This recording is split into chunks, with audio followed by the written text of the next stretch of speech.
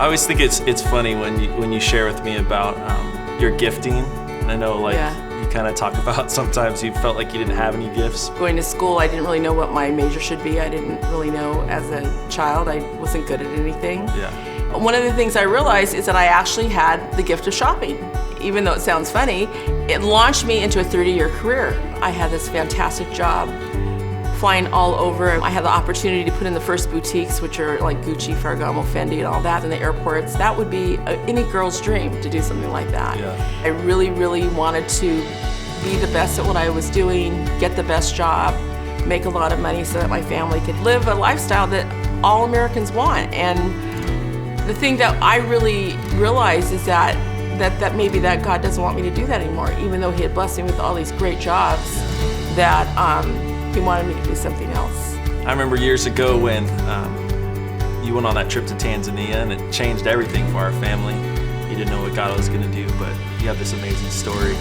I saw the poverty, I saw the people, I saw the kids. They were just like in such dire poverty and so much desperation. And as I was in this village in Tanzania, and I was just sterilizing tools for a dental team, I didn't really think that there was anything that I could really contribute. Yeah. And then the director one day said to me, "Kathy, I want you to help these 5 ladies start a business."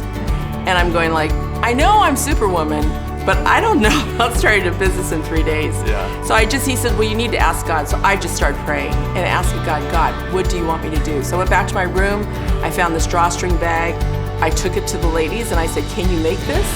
And I had given them each 1 yard of fabric that I had bought in the local market, and they said, yes, I can make that. They came back a day and a half later and they had made 300 bags.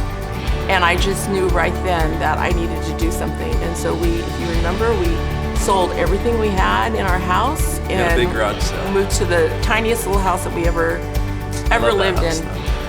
And God has been doing amazing things. I was able to quit my job, and that was back in 2001. And Heavenly Treasures was born. It's a nonprofit organization based on Matthew 6:19 through 21 that talks about storing treasures in heaven.